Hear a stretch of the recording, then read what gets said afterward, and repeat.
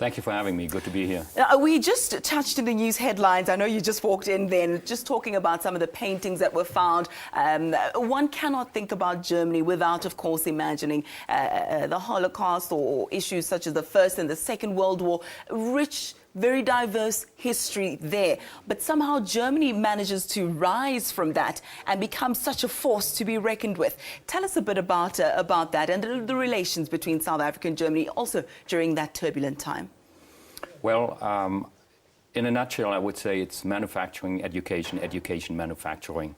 Germany today, and has been over the years, is perhaps one of the, or perhaps even the most integrated economy in the global economics division of labor in manufacturing, and a major contributor to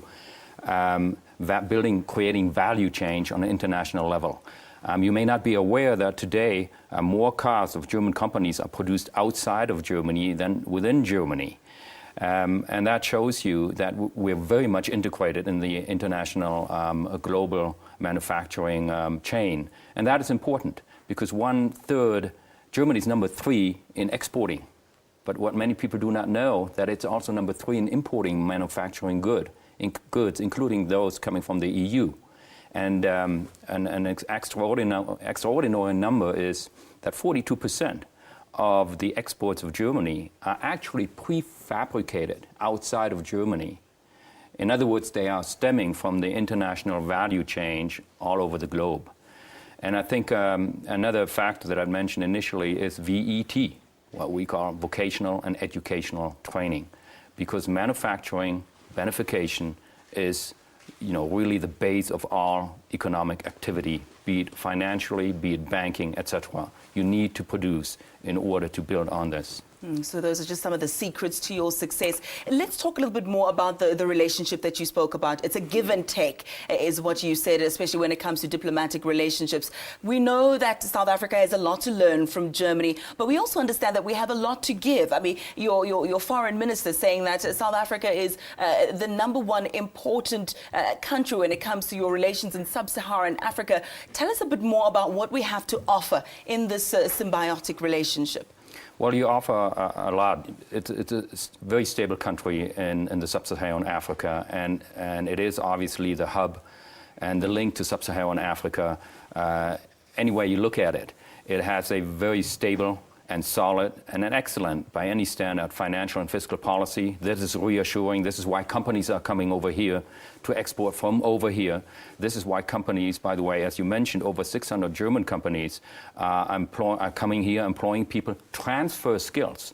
By the way, vocational educational training is perhaps our most important export goods.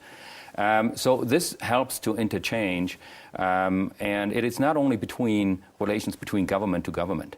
It is also between business, between NGOs, even churches, civil society, that encompasses our relations. So it's a very solid and firm relationship that we need to expand and build on. When having such interviews, I always like to glean from it, what can the viewer get out of this? I understand a binational commission, which was founded in '96 by former President Nelson Mandela when you did go to Berlin. The last sitting of that commission was last year. A communique was adopted there. I want to know how far are you in advancing whatever agendas were set out then, and really whoever's sitting at home in South Africa, what did they stand to benefit from that particular commission? A lot, but I'll pick out one. The new South Africa really has achieved much to be proud of since 1994.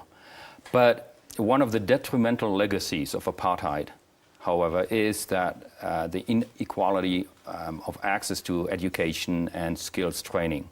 And this is why the National Development Plan is putting an emphasis, and I should even say an absolute priority, on skills and educational development.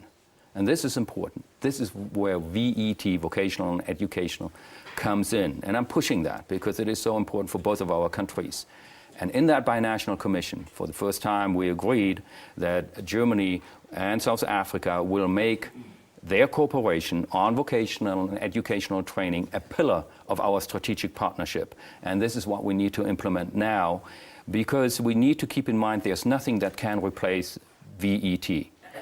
Regulatory employment and labor measures, including even black empowerment, black economic empowerment, as important as it is, are helpful in opening employment opportunities, but they by themselves and automatically do not develop skilled and developed artisans. This is where VET comes in. So, that needs to be accompanied by a strong push for VET.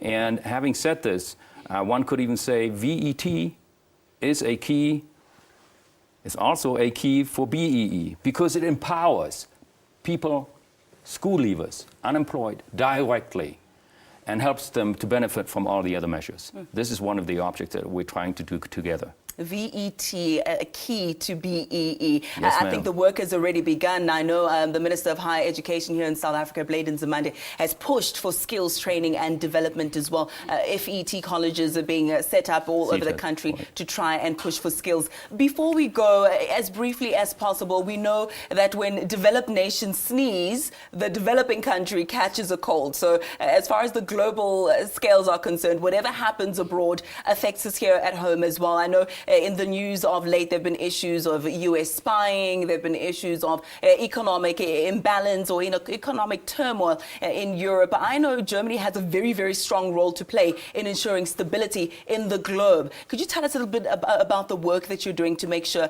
that we do have some sort of equilibrium? Well, first of all, we're all interconnected. If we sneeze, you're not going to get a cold. Maybe you sneeze too, and vice versa. So this is, we're living in a global world. Well, my major job is here. I'm the eyes, the ears, and the mouth of Germany here, and to keep up our dialogue on all the subjects that encompass our binational commission, and that is already a lot to do.